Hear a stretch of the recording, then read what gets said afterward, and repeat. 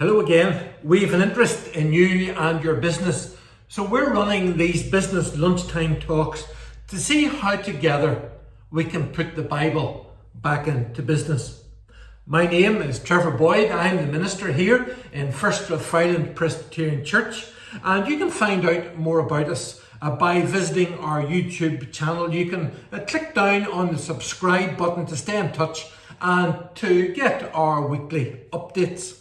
Today, as we come, we're studying and thinking about the leadership of a young man called Daniel. And our theme for this week is Daniel Graduates.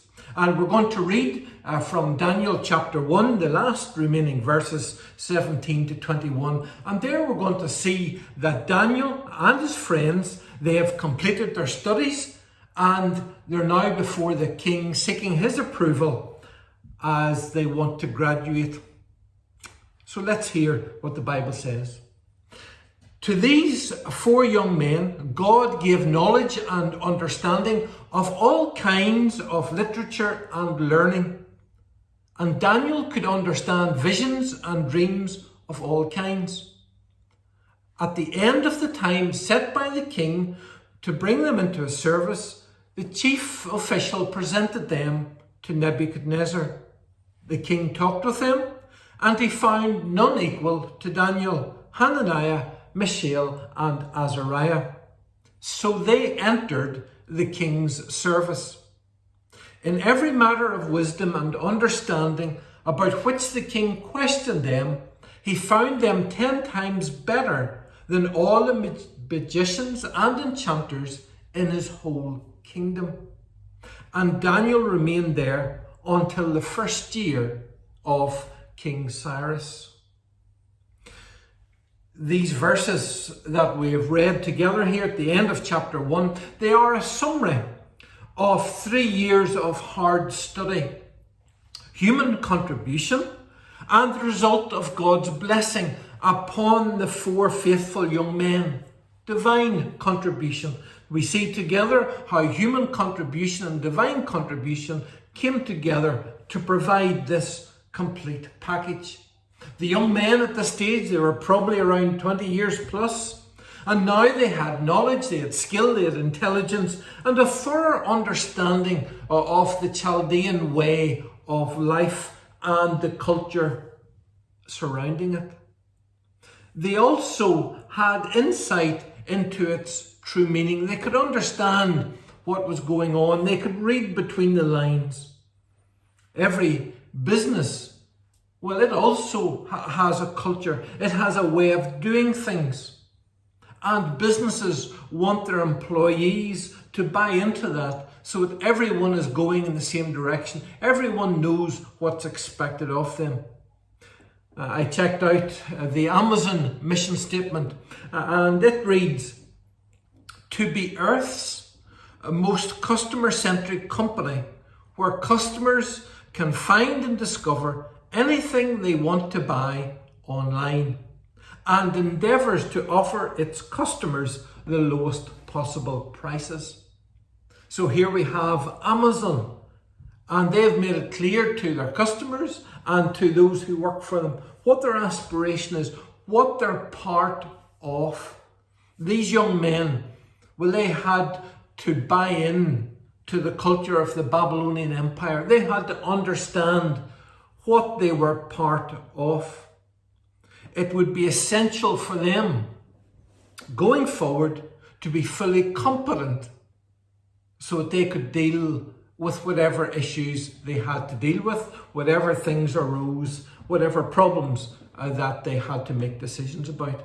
They would need a thorough understanding of the culture, and as we go back into that era, culture, work, career, life, and religion were all bound up together. So they had to understand all of these things to be able to understand what was going on as people brought them issues to deal with in their future roles.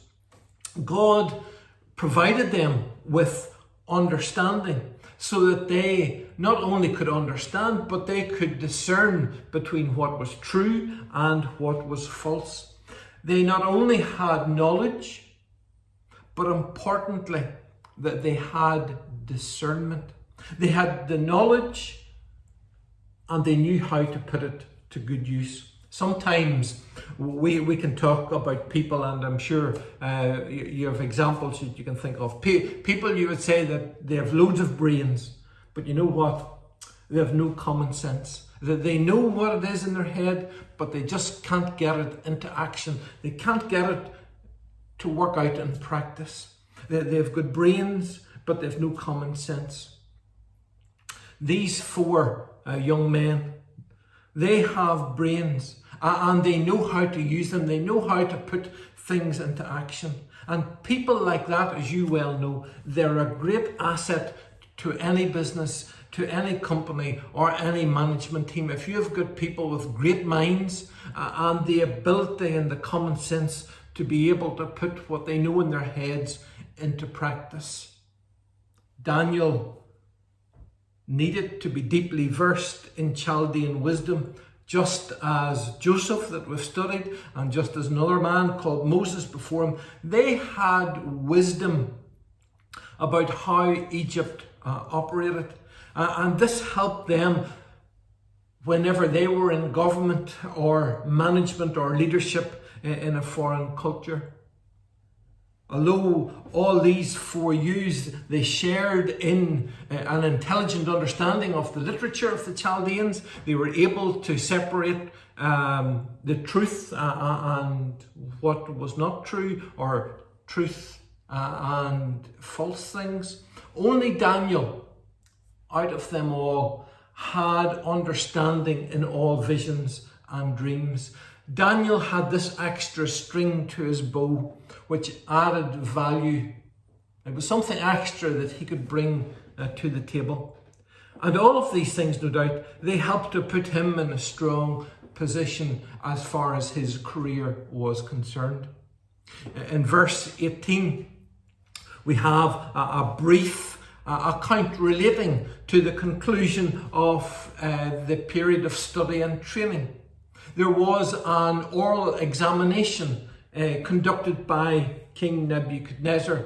Maybe if some of you have studied languages at school or university, you know then you've had to go for an oral examination where someone comes in and talks to you in that language. Maybe for an interview, most likely indeed for an interview, you've sat down and you've had a conversation, you've had someone interact with you. Well, here Nebuchadnezzar sits down before the candidate and they have an oral interaction, they have an interview, and apparently all of the young men in training, they were tested in this way. But Daniel and his friends, well, they stood out as being the cream of the crop. They stood out as being the best of their year group. Not only were they intelligent, but they were also able to carry themselves. They had a good personality to go with their intellect. They weren't, those sorts of people you would call smart alecks or show-offs because they were smarter. No, they were down-to-earth young men who were honest, who were hardworking, and also had people skills. And that becomes a very powerful combination. Whenever you've got head knowledge, whenever you've then got the common sense to put it into place, and alongside that, you've got the interpersonal skills of being able to communicate and work with people.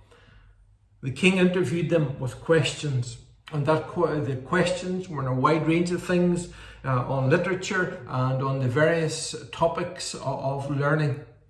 And this allowed the king, bear this in mind now, especially if you're in management or if you're appointing people or interviewing people, this allowed the king to be able to form an opinion of each person that he interviewed. He was able to assess their personality, their ability. He was also able to assess their capacity for work. And all of the time in the back of his head, the cogs were clicking away, and the king was thinking to himself, well, which government department Which part of my administration is this person best suited for? This process demonstrates to us that the king was no dozer. He was a man of learning. He had a bit of wit, he had good sense, as well as prudence.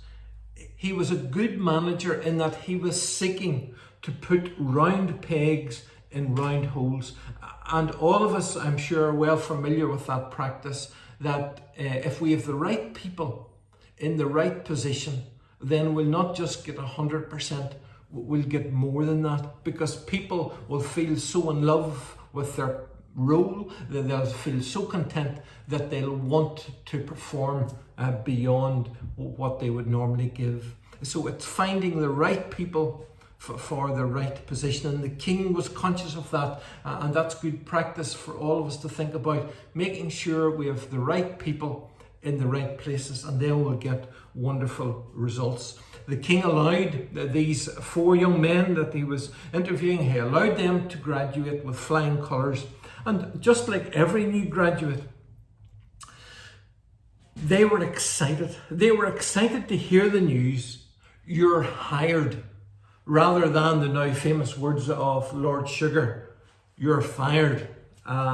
So there was great relief, just as there's great relief for any applicant when the Human Resources Department of the desired company calls and informs you that you've been selected for the position to which you applied. And then that big megawatt smile just spreads across your face.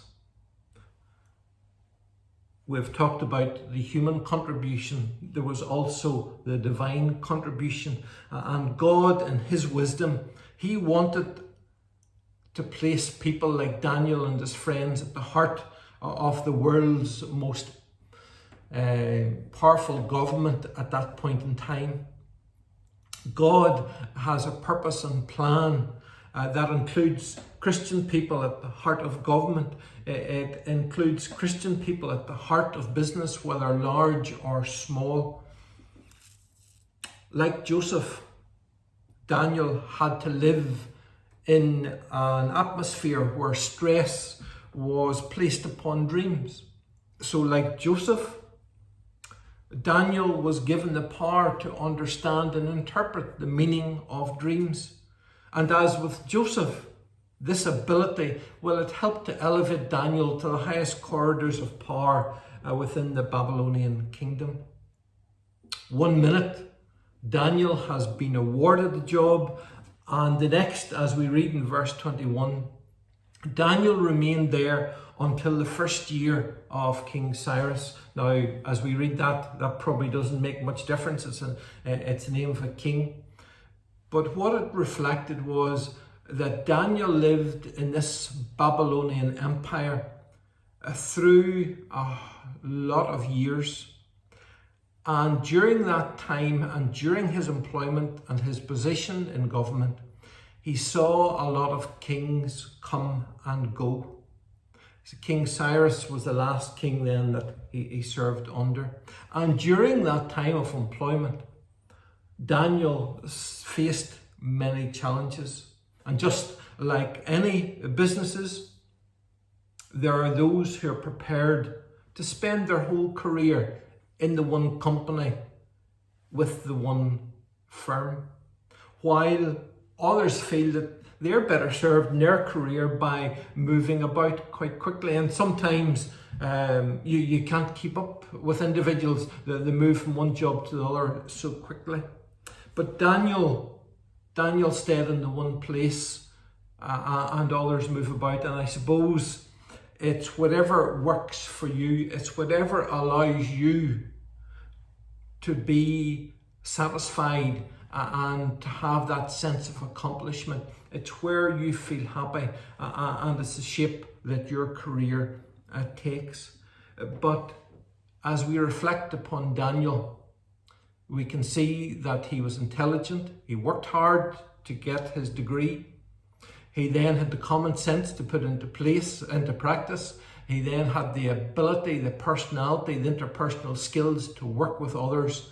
And he then served with integrity the king who was his manager, was his boss. So there are some things that we can work on as we seek to put the Bible back into business. So thanks again for your time this week, and we'll see you in the same place at the same time next week as we think more about Daniel and his leadership skills. Take care. Bye-bye.